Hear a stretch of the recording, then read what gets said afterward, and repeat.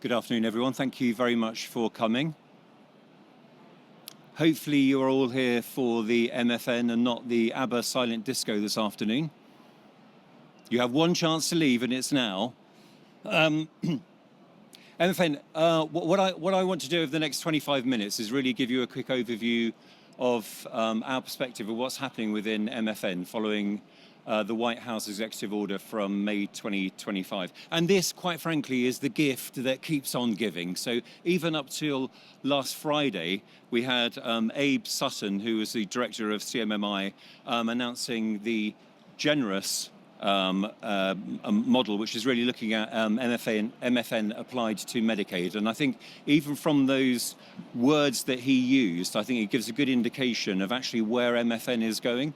And the words he was using were really around partnership with industry and the fact that it's voluntary and hoping that states are going to take part. So what I want to do over the next 25 minutes is to give you our perspective on MFN, some of the implications, some of the ideas to think about. Now, we're not going to be able to go through all of the detail because from the executive order of 2020, we know that there are a lot of legal discussions that were taking place around that executive order. They're quite complicated, but we're very, very happy.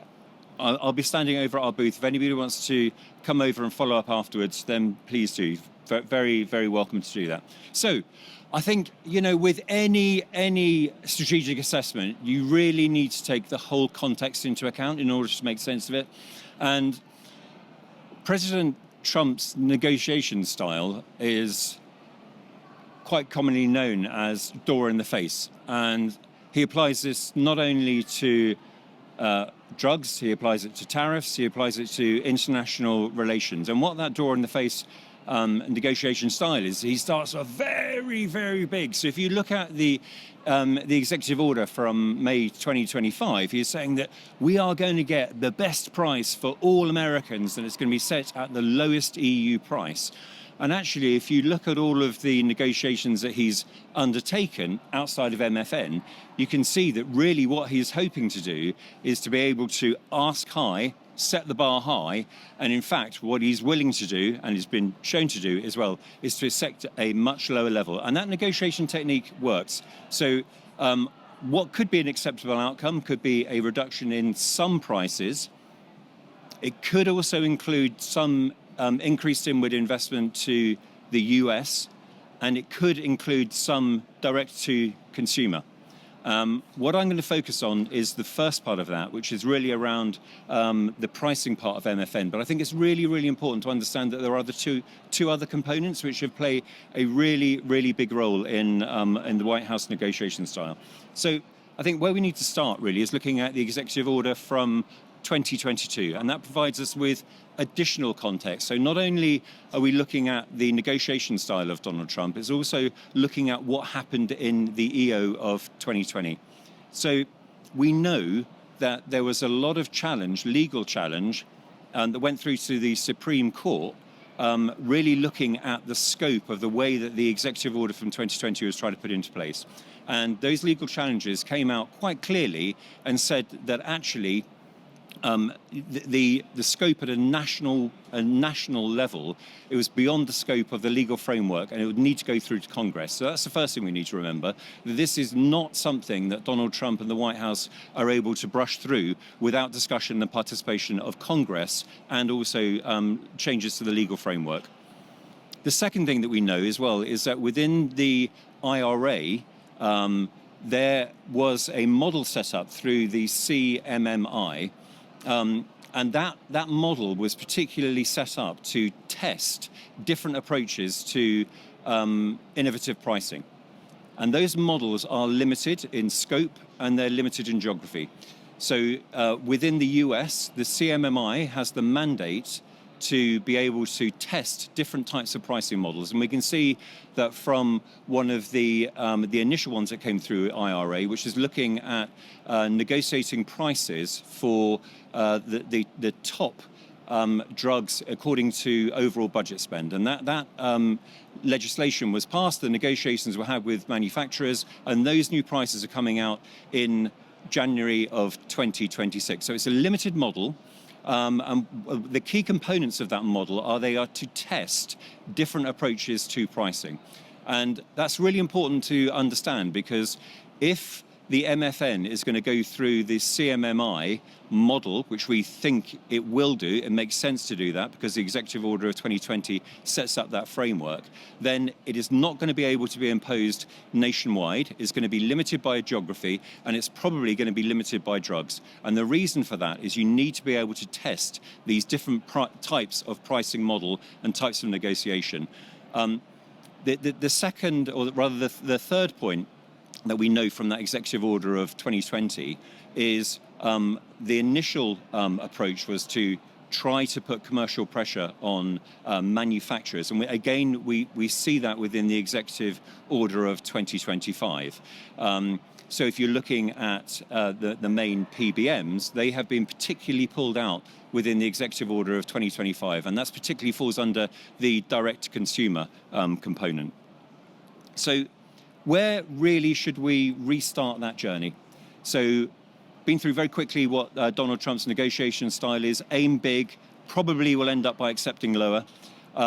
We know the framework from the Executive Order of 2020, and those three components for 2025 were around the first one, which I'll concentrate on, which is looking at the rest of the world price convergence. Second one was enabling DTC, direct to consumer, at an MFN price.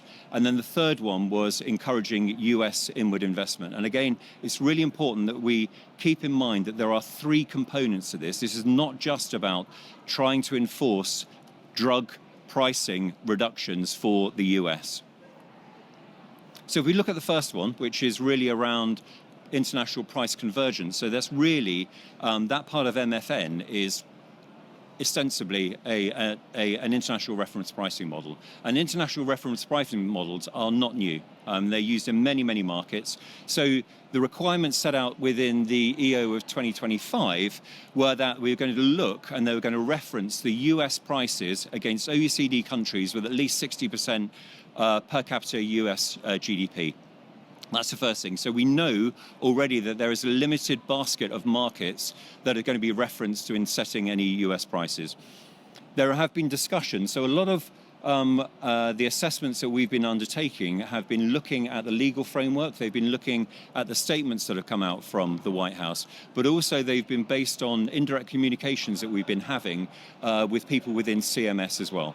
Now, there are discussions within CMS about potentially removing outliers, and that makes sense because it makes the selection of the European price much, much easier, less contentious. And we've got to remember that it has the potential, MFN has the potential to be really quite a complicated policy.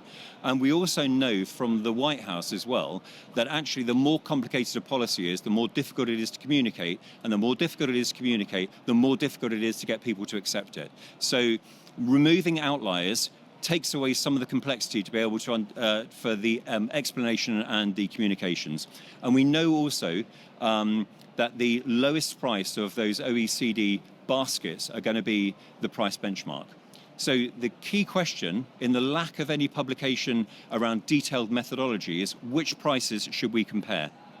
So there are a number of prices within the US. So we've got WAC, ASP, FFS, and Big Four. And all of those are published prices. So the FFS and the Big Four are good indicators of what the best price could be within the US. So it's a good indication of an approximate net price within the US. And then the comparator for the most favored nation, so the IRP, the International Reference Pricing Model, could be the list. And within many other European countries, they use the list price as the comparator for the IRP model. And that makes a lot of sense because it's published, it's visible, there's no need to try and explain how you've derived those prices. There have been a lot of discussions.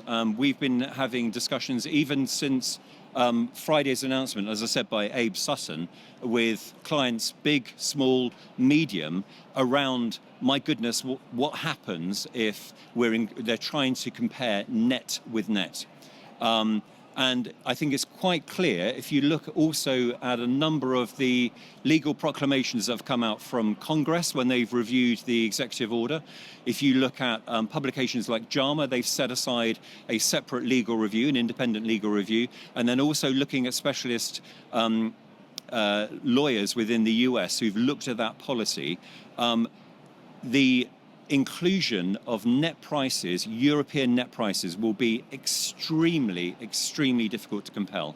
And I'll touch on that in a moment, because I know there is a lot of concern about, in Europe, we can keep reasonably high list prices, and then obviously we see it within NICE all of the time. Confidential, commercial in confidence agreements are really quite common. And I think the main concern, understandably, because the risks are high, if there is a net discussion and there's an approach to try and do that, the risk for European revenue from drug sales is quite enormous. So let me just move on to, if we just start looking at the comparisons across prices. So this is a very simple analysis that we've done looking at the newly launched drugs approved in Europe since 2024. And the ones with the little green dot on are orphan drugs. And again, the discussions that we've been having with people in CMS, it looks like orphan drugs are going to be excluded from MFN.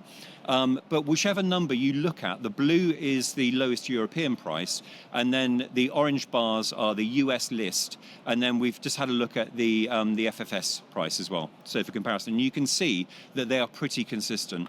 What we also know, if you look at another comparison, is that the HHS have done a number of independent analyses to compare US prices with international prices, and they've used the IQVIA dataset.